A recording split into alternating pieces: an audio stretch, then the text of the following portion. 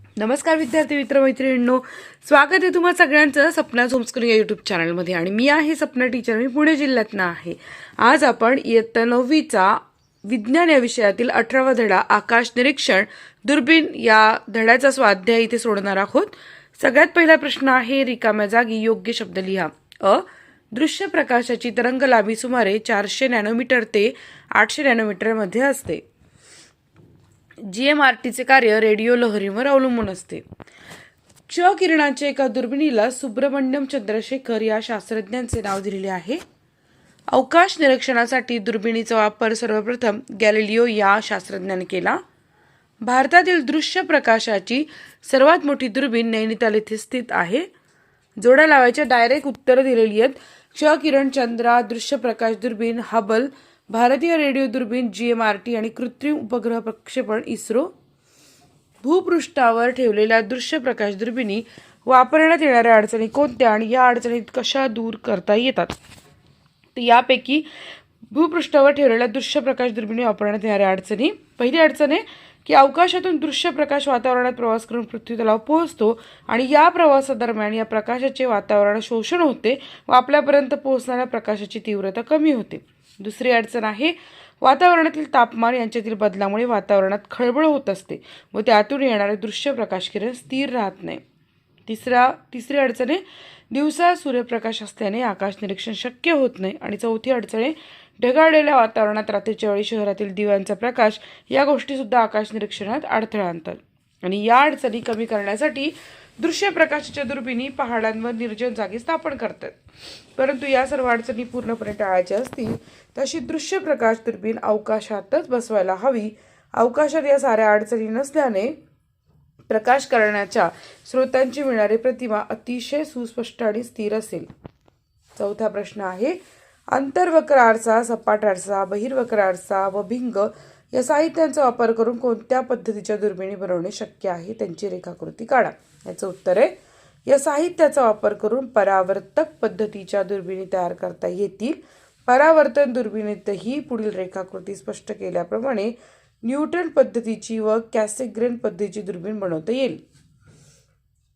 आता इथे कॅसेग्रेन पद्धतीच्या दुर्बिणीचं चित्र आहे, नावं लिहिलेली आहेत. आणि न्यूटन पद्धतीची दुर्बीण, हे दोन्ही दुर्बिणी आहे, त्यांची नावं लिहून घ्या. आकृतीचं निरीक्षण करून उत्तर लिहायची.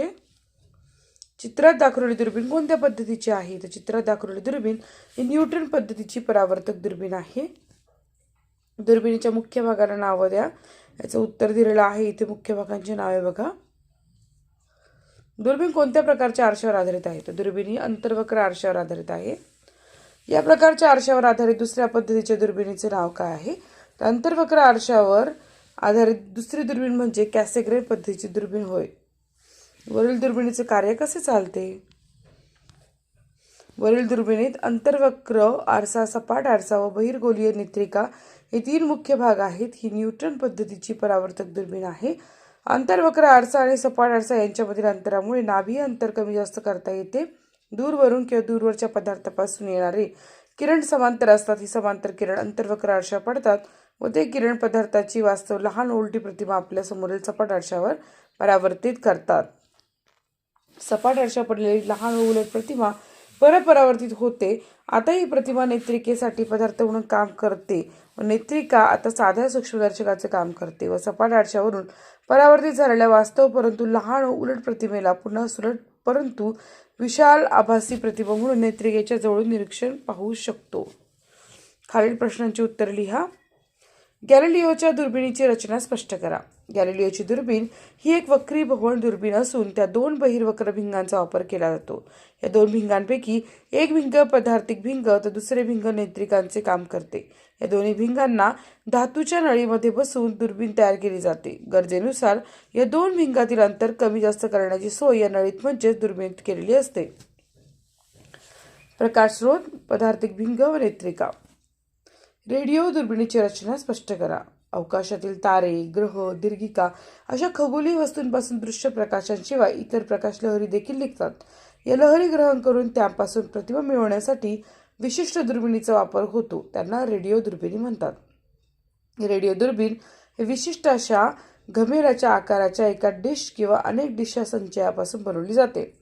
दृश्य प्रकाश दुर्बिणीप्रमाणेच या डिशच्या वक्र भागावरून परावर्तित होणारा रेडिओ व अन्य प्रकाश लहरी डिशच्या नाभी केंद्राशी एकत्रित केल्या जातात व पुढे संगणकाद्वारे या लहरीवरून प्रतिमा मिळवली जाते. अनेक रेडिओ दुर्बिणींचा एकत्रित समूह करून एक महाकाय रेडिओ दुर्बिणी बनवता येते. पुण्याजवळ नारायणगाव येथे अशा 30 दुर्बिणींना एकत्र करून जणू काही 25 किलोमीटर व्यासाची महाकाय रेडिओ दुर्बीण तयार झाली आहे. तुमच्यापैकी कोणी पाहिली आहे का ती दुर्बीण? रेडिओ व तत्सम लहरी, ग्राहक, डिश आणि ॲम्प्लिफायर, संगणक. दृश्य प्रकाशाचे दुर्बिणी पहाडावर निर्जन जागी का उभारण्यात येतात? तर अवकाशातून येणारा दृश्य प्रकाश पृथ्वीच्या वातावरणातून प्रवास करीत पृथ्वीवर पोहोचतो. वातावरणाचा तापमान व दाब यामुळे दृश्य प्रकाश स्थिर राहत नाही. वातावरणातही प्रकाश शोषला गेल्याने त्याची तीव्रता कमी होते. रात्रीच्या वेळेस शहरातील दिवे, दिवसा प्रखर सूर्यप्रकाश, काही वेळेस ढगाळलेले वातावरण अशा विविध अडचणी टाळण्यासाठी दृश्य प्रकाशाच्या दुर्बिणी पहाडांवर निर्जन जागी उभारण्यात येतात.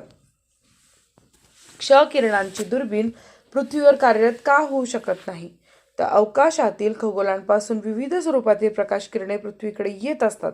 मात्र या प्रकाश किरणांपैकी क्ष किरणे पृथ्वीच्या वातावरणाच्या अडथळ्यामुळे पृथ्वीपर्यंत भूपृष्ठभागावर पोहोचू शकत नाहीत. त्यामुळे वातावरणाचा किंवा तापमान, दाब असा अन्य अडथळा पृथ्वीवर असल्याने क्ष किरणांची दुर्बीण पृथ्वीवर कार्यरत होऊ शकत नाही. आणि इथेच आपला हा स्वाध्याय संपलेला आहे. व्हिडिओ आवडल्यास लाईक करा, चॅनलला सबस्क्राईब करा. भेटूयात नेक्स्ट व्हिडिओमध्ये. धन्यवाद.